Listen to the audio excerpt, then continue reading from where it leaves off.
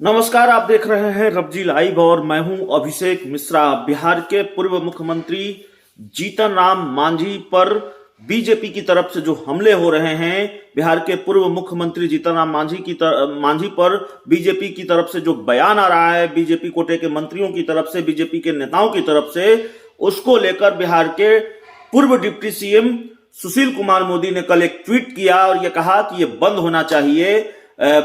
बड़े नेता हैं और महत्वपूर्ण नेता हैं एनडीए के जीतन राम मांझी जी, सम्मानित नेता हैं और ये चैप्टर अब क्लोज हो जाना चाहिए जब उन्होंने माफी मांग ली है।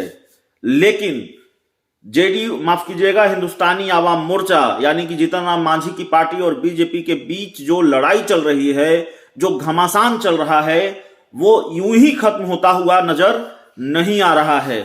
कल बीजेपी कोटे से मंत्री हैं नीरज कुमार बबलू, उन्होंने जीतन राम मांझी को राम राम जपने की सलाह दी थी। यह भी कहा था कि अगर ऐसा नहीं करेंगे तो नर्क में जाएंगे और यह भी कहा था कि आपके बेटे भी सड़क पर आ जाएंगे अगर सरकार पर संकट हुआ तो।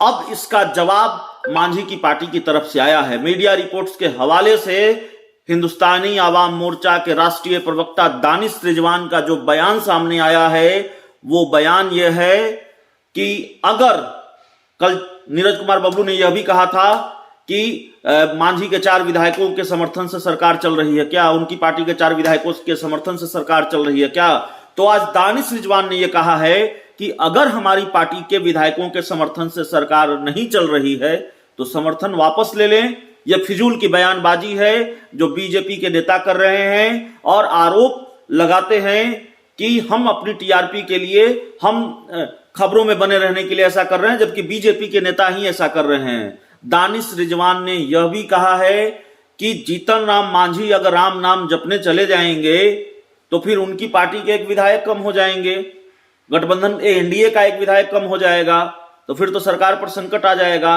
और क्यों बार बार यह कहा जा रहा है कि हमारी जरूरत नहीं है? अगर हमारी जरूरत नहीं है तो बीजेपी हमसे कहे हम सरकार से समर्थन वापस ले लेंगे।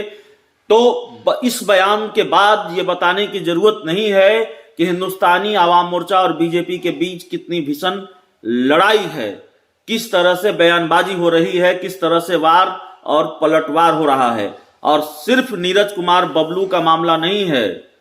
जीतन राम मांझी ने जो बयान दिया उसके बाद बीजेपी के कई नेता जीतन राम मांझी पर हमलावर रहे हैं, चाहे वो बीजेपी कोटे के मंत्री जीवेश मिश्रा हो, नीरज कुमार बबलू हो, भाजपा के प्रदेश उपाध्यक्ष मिथिलेश तिवारी हो, नीतीश मिश्रा हो,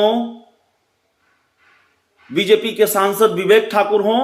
ऐसे नेताओं की फहरिस्त बड़ी लंबी है जिन्होंने जीतन राम मांझी पर निशाना साधा है।